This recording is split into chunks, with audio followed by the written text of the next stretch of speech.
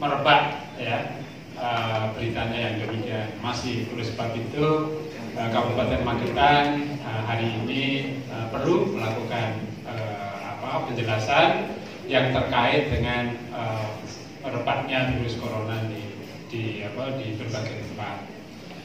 Bapak Ibu yang kami hormati, khususnya teman-teman wartawan, sebagaimana diketahui bahwa Pak Haji almarhum meninggal dunia, memang beliau asli Magetan, ya, memang asli Magetan. Kemudian berusaha, kemudian juga penduduk Solo, kemudian gitu ya. Jadi penduduk Solo, kemudian memang asli dari Magetan. Oleh sebab itu, ketika almarhum kemudian meninggal dunia, oleh keluarganya diminta untuk dimakamkan di Magetan. Ya. Nah, oleh sebab itu kemudian ya, merebaknya kemudian informasi yang demikian ini perlu kami jelaskan di dalam forum ini, ya, bahwa kemudian dengan meninggalnya beliau yang sudah dinyatakan oleh pemerintah, sudah dicek bahwa yang almarhum itu kena virus corona, salah satu sebabnya. Oleh sebab itulah ini perlu antisipasi pemerintah daerah Kabupaten Magetan. Langkah yang diambil adalah melakukan penelusuran, ya, kontaknya kepada siapa saja sudah dilakukan. Malahan hari ini dari tim kesehatan dari Provinsi Jawa Timur sudah datang. Ya, sudah datang, kemudian juga ikut cek, walaupun Kabupaten Magetan sudah melakukan yang sama.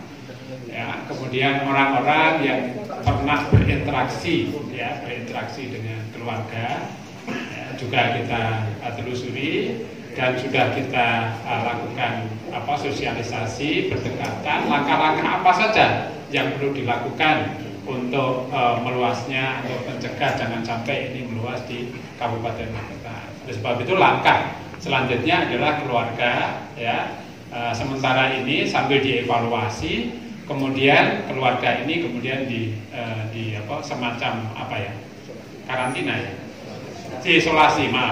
diisolasi di rumah mereka sambil kemudian dievaluasi apakah kemudian tertular gitu ya, tertular virus ini.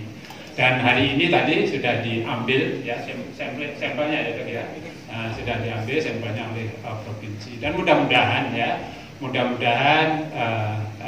kita semua berdoa dan bertindak untuk menjaga kesehatan, ya, berdoa kepada Tuhan supaya tidak merebak. Kemudian kita menjaga, berupaya, ya, bahwa virus ini bisa dicegah dengan cara hidup sehat, ya, cara kita hidup sehat, ya, tingkatkan imunitas kita. Kemudian yang merasa tidak sehat, kemudian jangan keluar rumah, kan gitu ya. Jadi termasuk wartawan, ya. Jadi wartawan kalau sakit ya jangan ikut meliput, gitu ya. Nah, jadi gitu, ya. Jadi malah, ya. Jadi, oleh sebab itu ini harus kita jaga semua. Ya. Mari kita jaga kesehatan kita, karena yang bisa melawan ini adalah salah satunya imunitas. Ya. Jadi badan kita sehat. Dan kemudian saya yakin nanti akan menjauh, ya. Kemudian kami sendiri sampai tadi malam sampai saya putar-putar di puskesmas gitu ya, sendirian gitu ya, putar. Saya terus terang aja tidak mau ganggu orang yang sudah tidur gitu ya, jam 11:30 saya masih putar-putar lihat, yang ngecek kesiapan dari puskesmas untuk supaya menyadarkan kepada kita semua, tidak usah panik, ya, tidak usah panik. Dihadapi, karena ini sudah terjadi, kita hadapi dengan cara-cara standar operasional kesehatan. Salah satunya adalah cara hidup kita yang sehat, dan mudah-mudahan kemudian kita mengurangi, ya, sehingga kita tidak menjadi meluas. Jadi informasi itu kenali dulu siapa yang berbicara, ya, kemudian keahliannya apa. Ya, apakah dia ahli di bidang penyakit itu, dan seterusnya. Yang kedua, dengan adanya banyaknya medsos ini, identifikasi portal-portal informasi. Portal ini bisa dipercaya atau tidak?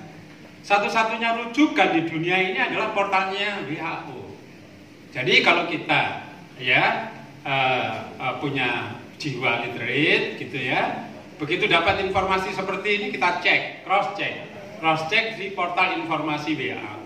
Kalau di Indonesia, cari portal informasi Kementerian Kesehatan atau ya organisasi profesi, yaitu misalkan kalau itu menyangkut ya misalkan corona kepada anak ya ke IDAI, Ikatan Dokter Anak Indonesia. Kalau itu menyangkut dewasa, Ikatan Dokter Paru Indonesia, ya dok, betul ya, PDBI, Persatuan Dokter Paru Indonesia. Itu pasti di portalnya itu pasti ada informasi semacam ini. Jadi kemudian jauh lebih bahaya juga. Contoh SAS itu tahun 2003 itu 11% menurut catatan. Ya, kemudian MES itu 2012 itu 37% dan corona ini masih 2-3%.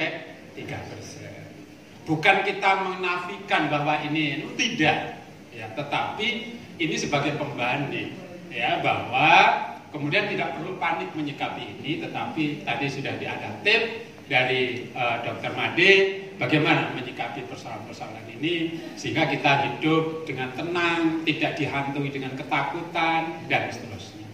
Saya kira demikian, ya. Mudah-mudahan pertemuan kali ini menjadikan kita semakin jelas, tidak menjadi resah.